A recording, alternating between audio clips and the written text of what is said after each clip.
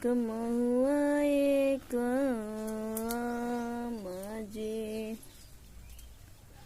ओहि रे तारा खेले दुई रे बालकवा, एक राम एक लखन जी,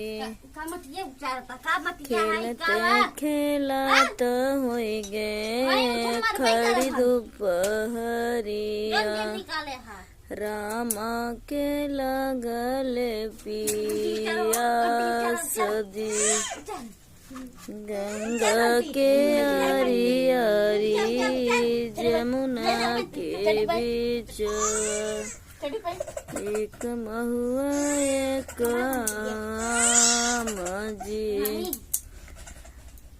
बसवा के कोठिया से निकरी सीताला मैया, पनिया पियावती न आघये जी,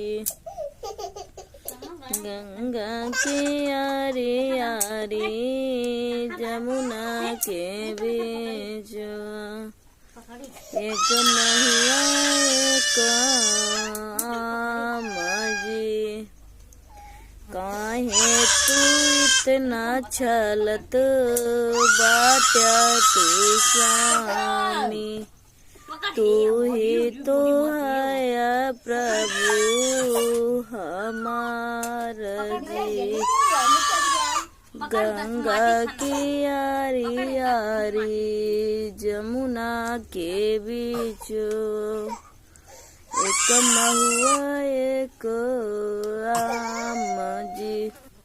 आप लोग लाइक कमेंट जरूर करना। मनीषा 44 यूट्यूब चैनल में आप सभी बहनों का स्वागत है। जितने भाई बहन देखें तो चैनल सब्सक्राइब कर लें, लाइक कमेंट जरूर करें प्लीज। मैं मनीषा पट्टी प्रतापगढ़ उदयडी। बाबा राधे राधे। अगले गीत के लिए फिर नेक्स्ट वीडियो में मिलेंगे, पर इस वीडियो पर ज़्यादा लाइक कमेंट जरूर करना, सब्सक्राइब कर लेना प्लीज।